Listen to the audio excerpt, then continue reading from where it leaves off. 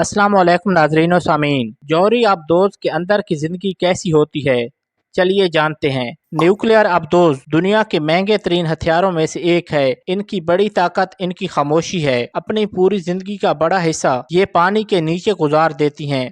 इस ताकतवर हथियार में सबसे नाजुक चीज़ इसका अमला है।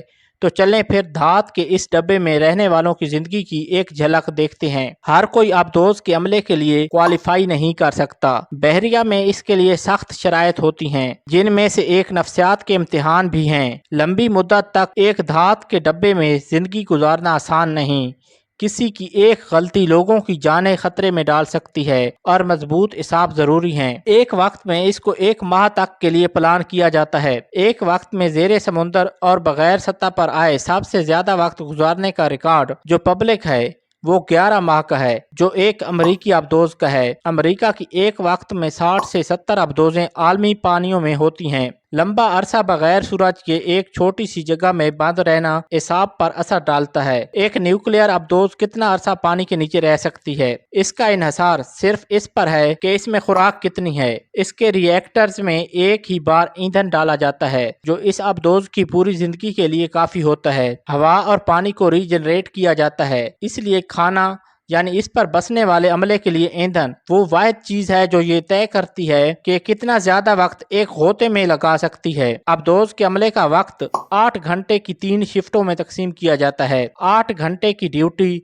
8 घंटे का प्राइवेट वक्त जिसमें वो खेल सके, पढ़ सके, वर्जिश कर सके, और 8 घंटे की नींद। रहने के लिए जगह बहुत कम होती है और छोटे ताबूत नुमा बिस्तर जिस पर एक पतला सा पर्दा अलग करता है। प्राइवेसी का कोई खास तस्वर नहीं। एक दिन में हर वक्त किसी न किसी के सोने का वक्त होता है, इसलिए ऊंची आवाज, शोर मचाना या दरवाजे जोर से बंद करना मन्ना होता है। आम तौर पर अमले के अफराद की तादाद यहाँ के कुल बिस्तरों से ज्यादा होती है, इसलिए बिस्तर शेयर किए जाते हैं। एक शिफ्ट में एक के लिए, वही अगली शिफ्ट में दूसरे के लिए। जगह का मसला सिर्फ बिस्तरों का नहीं, शावर और टॉयलेट का भी है। 100 से ज्यादा के अमले के लिए 2 शावर होते हैं और 3 मिनट से ज्यादा नहाना मन्ना होता है। आबदोज नहाने का पानी समुद्री पानी से फिल्टर करती है। कपड़े धोने की सिर्फ एक जगह होती है।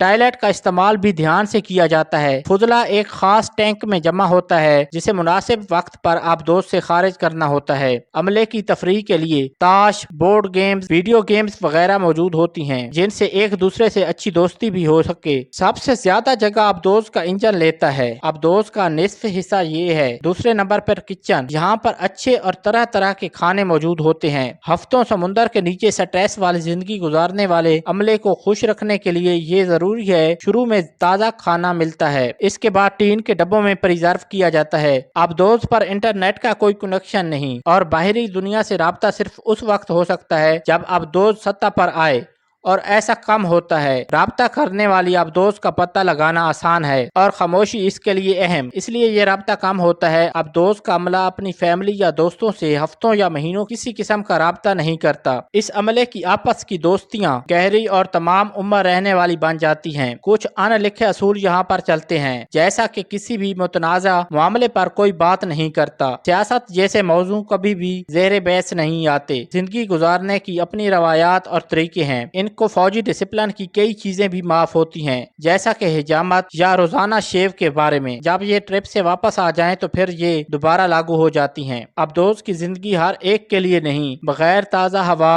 और धूप के हफ्तों बंद जगह पर हजारों लोग इस वक्त धात के इस कैप्सूल में बंद दुनिया के हर समुंदर के नीचे तैर रहे हैं।